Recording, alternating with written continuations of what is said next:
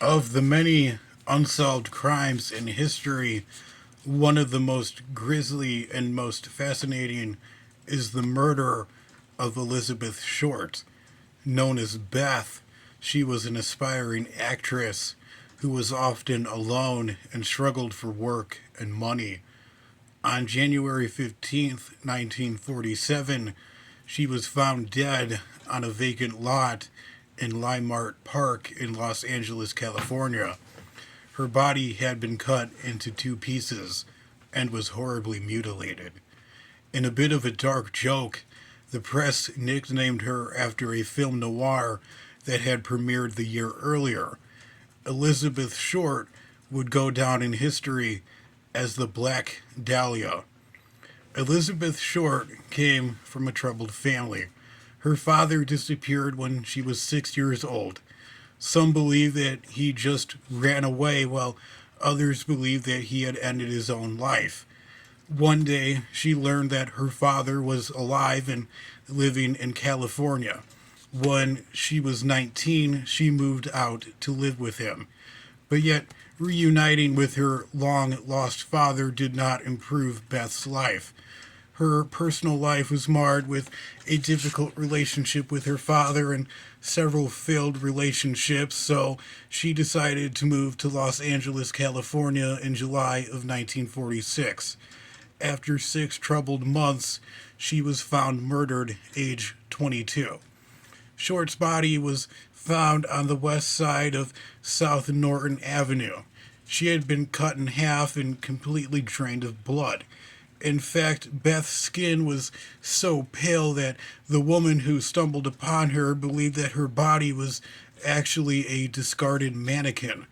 Her face had been sliced from the corners of her mouth to her ears, forming a grisly and grotesque smile.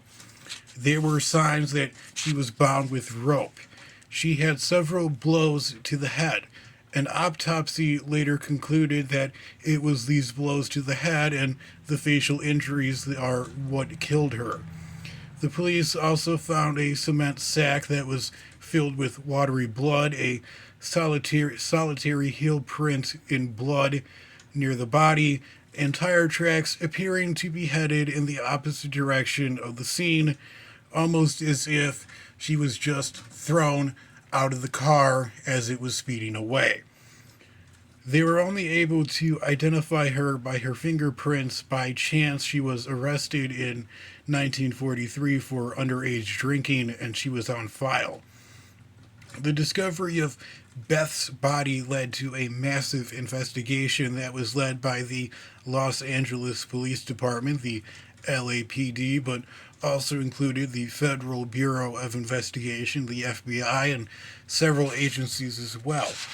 Beth was last seen getting out of a car at the Biltmore Hotel on the 9th of January, 5 days before she was killed. She was wearing a black suit and suede high heels. The black handbag and the shoes were found several miles away from the crime scene. They were identified as belonging to Beth by the last man known to see Beth alive, Robert Manley. Manley was the LAPD's first suspect, but he was cleared after taking and passing two polygraph tests and providing a real alibi. Later in life, Manley was committed to a mental asylum. The murder became a media sensation, a Hollywood scandal the likes of which Tinseltown had never seen before. Celebrities such as Orson Welles and Arthur Lake were accused of being the Black Dahlia killers. So were military men whose only crime was dating or meeting with Beth when she visited the Army base. Newspapers blatantly lied about Beth, claiming that she was a prostitute, ignoring the autopsy report and saying that she was pregnant at the time she had died. The Los Angeles Examiner even lured Beth's mother to Los Angeles and hid her from the police for a time so that they could get an exclusive scoop on the Black Dahlia. The media attention encouraged more than 60 people to confess to the murder. These false confessions not only distracted the police, but they may have provoked the actual killer to respond. The Los Angeles Examiner received a package along with a note that was made from cut and pasted newspaper lettering. It said, "Here are Daliah's belongings." It was signed the Black Dahlia Avenger. The package contained Beth's social security card, her birth certificate, photographs of her with various military men, business cards, and a claim for some suitcases that she had left at a bus depot. Everything that was in the package had been washed down with gasoline, leaving no fingerprints. Amongst her belongings was a notebook that contained her handwriting. It was embossed with the name Mark Henson. Henson was the owner of a Hollywood nightclub. He knew Beth Short and she had lived with him for a time, which is how she came to have his notebook. It is known that Beth refused his romantic advances and that he was one of the last people to speak to her. Yet he had no history of violence and was never charged by the police.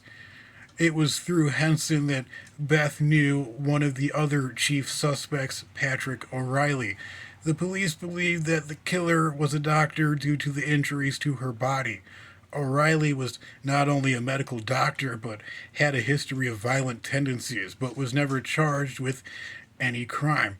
But perhaps the most famous suspect in the Black Dahlia murder was another doctor named George Hill Hodel. In 1948, his 14-year-old daughter accused him of inappropriate behavior but was acquitted. Nevertheless, the police put him under surveillance and installed microphones in his home.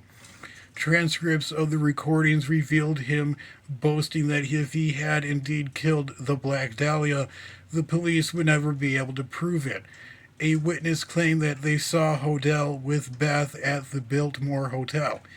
Steve Hodel, a former LAPD homicide detective, believes wholeheartedly that his father was the Black Dahlia killer, but yet there is no evidence to link Hodel with Elizabeth Short. In fact, in the 70 years since Elizabeth Short's brutal and gruesome murder, no one has ever officially been charged or arrested because of it. But yet the story of the Black Dahlia persists, and it has become something of a dark legend.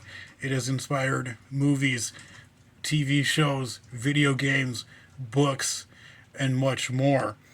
And Beth Short has achieved the fame she so desperately wanted in life and death.